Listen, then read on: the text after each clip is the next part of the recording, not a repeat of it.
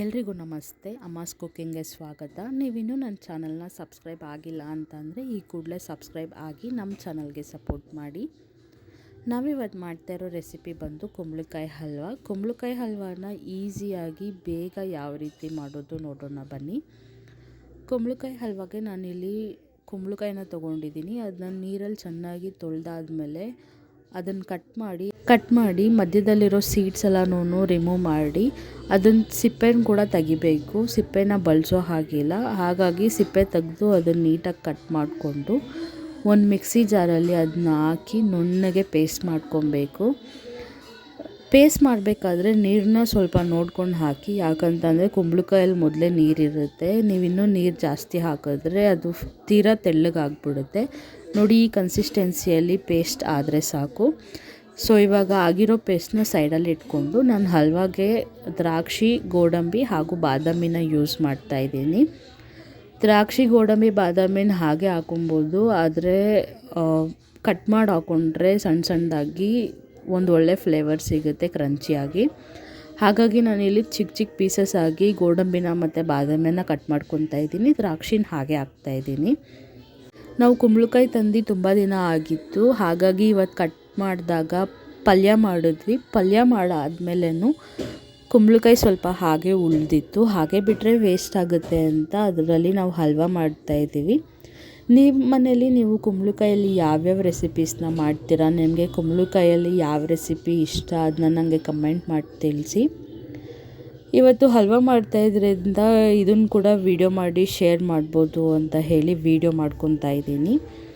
ಇದೆಲ್ಲ ನೀಟಾಗಿ ಸಣ್ಣ ಸಣ್ಣದಾಗಿ ಕಟ್ಟಾಗಿದ ನಂತರ ಒಂದು ಬಾಣಲಿ ಇಟ್ಟು ಅದಕ್ಕೆ 1 ಸ್ಪೂನ್ ತುಪ್ಪನ ಹಾಕ್ತಾಯಿದ್ದೀನಿ. ತುಪ್ಪ ಸ್ವಲ್ಪ ಬಿಸಿ ಆಗಿದ ನಂತರ ನಾವೇನು ಬಾದಾಮಿ, ಗೋಡಂಬಿ, ದ್ರಾಕ್ಷಿನ ಕಟ್ ಮಾಡಿ ಇಟ್ಕೊಂಡಿದ್ವಿ ಅದನ್ನ ಸೇರಿಸಿ ಅದನ್ನು ಚೆನ್ನಾಗಿ ತುಪ್ಪದಲ್ಲಿ ಫ್ರೈ ಮಾಡ್ತಾಯಿದ್ದೀನಿ. ದ್ರಾಕ್ಷಿ ಎಲ್ಲ ದಪ್ಪ ಆಗಿ ಗೋಡಂಬಿ ಮತ್ತು ಬಾದಾಮಿ ಕಲರ್ ಚೇಂಜ್ ಆಗೋವರೆಗೂ ಚೆನ್ನಾಗಿ ಫ್ರೈ ಮಾಡಬೇಕಾಗುತ್ತೆ.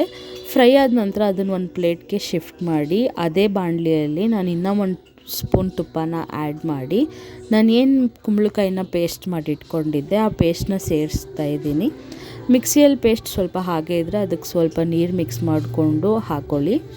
ಈ ಕುಂಬಳಕಾಯಿನ ಏನು ಹಾಕಿದ್ದೀವಿ ಇದನ್ನು ನಾವು 4ರಿಂದ 5 ನಿಮಿಷ ಹೈ ಫ್ಲೇಮಲ್ಲಿ ಫ್ರೈ ಮಾಡ್ಕೊಬೇಕು.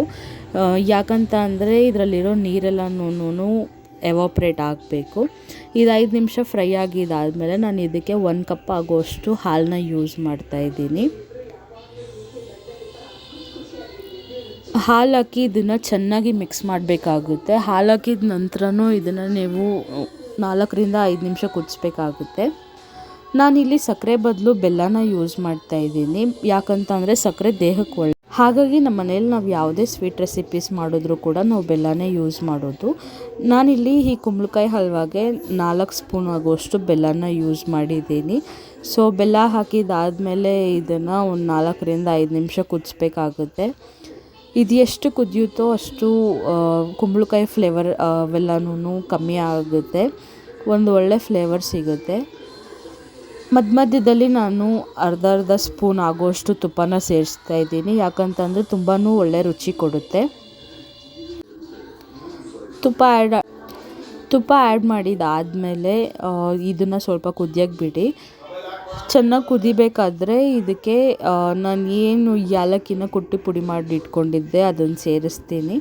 ನಾನಿಲ್ಲಿ ಹಲ್ವಾಗೆ 3ರಿಂದ 4 ಏಲಕ್ಕಿನ ಕುಟ್ಟಿ ಪುಡಿ ಮಾಡ್ಕೊಂಡಿದ್ದೆ. ಆ ಪುಡಿನ ಈಗ ಸೇರಿಸ್ತಾ ಇದ್ದೀನಿ.